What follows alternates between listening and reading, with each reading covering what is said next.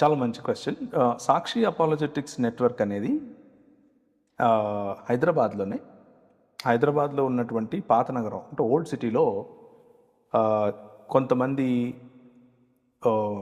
ముస్లిం సోదరులు ఆ రోజుల్లో ఎక్కువగా బైబిల్ పైన అలాగే క్రైస్తవ భావజాలం పైన అలాగే ఇక్కడ ఉన్నటువంటి నాయకులను పేరు పేరున టార్గెట్ చేసి ఆ రోజుల్లో మీ యేసు దేవుడు కాదు, మీరు నమ్ముతున్న బైబిల్ సరైనది కాదు, ఇలాంటి మాటలు మాట్లాడేవారు. అలాగే అదే రోజుల్లో అదే సమయంలో దా విన్సీ కోడ్ అని ఒక పుస్తకం కూడా రిలీజ్ అయింది.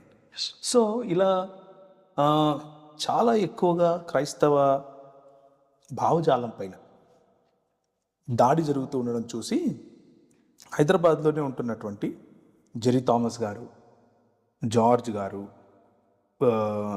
ఇలా కొంతమంది, ఇంతమంది అన్న సంఖ్య నేను చెప్పలేను కానీ కొంతమంది కలిసి వచ్చి ప్రార్థన చేసుకుని మనము దీన్ని అంటే ఈ మిషన్, ఈ ఆలోచనను మనం ముందుకు తీసుకెళ్లాలంటే కలిసి పనిచేయాలి అని నిర్ణయించుకున్నారు.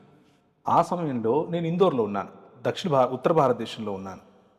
వీరు నిర్ణయం తీసుకునే క్రమంలో నన్ను కూడా కాంటాక్ట్ చేశారు. నువ్వు అక్కడ ఉన్నావు కదా, మేము ఇలా చేయాలనుకుంటున్నాము, ఇలా చేస్తున్నాము, మనం కలిసి పనిచేద్దామా అని అడిగారు. అడిగినప్పుడు నేను సమ్మతించాను. అలాగే ఇంకొన్ని రాష్ట్రాల్లో ఉన్న మిగిలిన వాళ్ళు కూడా సమ్మతించారు. అలా